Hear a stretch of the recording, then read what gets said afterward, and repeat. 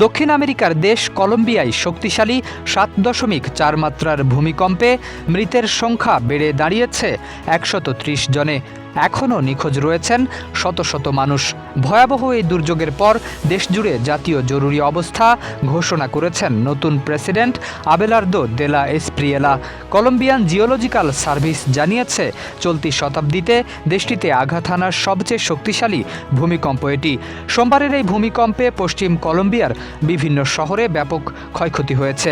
সবচেয়ে বেশি ক্ষতিগ্রস্ত হয়েছে কালি, পেরেইরা, কুইবদো ও মানিজালেস শহর। শক্তিশালী ভূমিকম্পের কম্পন অনুভূত হয়েছে প্রতিবেশী ইকুয়েডর ও পানামাতেও।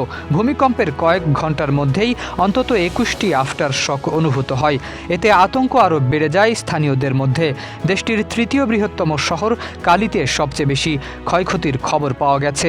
স্থানীয় কর্মকর্তারা জানিয়েছেন, শহরটিতে অন্তত ২০টি ভবন পুরোপুরি ধসে পড়েছে। ক্ষতিগ্রস্ত হয়েছে আরও ৩৮০টি ভবন। ধসে পড়া ভবনগুলোর ধ্বংসস্তূপে বহু মানুষ আটকা পড়ে আছেন বলে আশঙ্কা করা হচ্ছে। আটকা পড়া মানুষদের উদ্ধারে ধ্বংসস্তূপ সরানোর কাজ করছেন উদ্ধারকর্মী ও স্থানীয় বাসিন্দারা।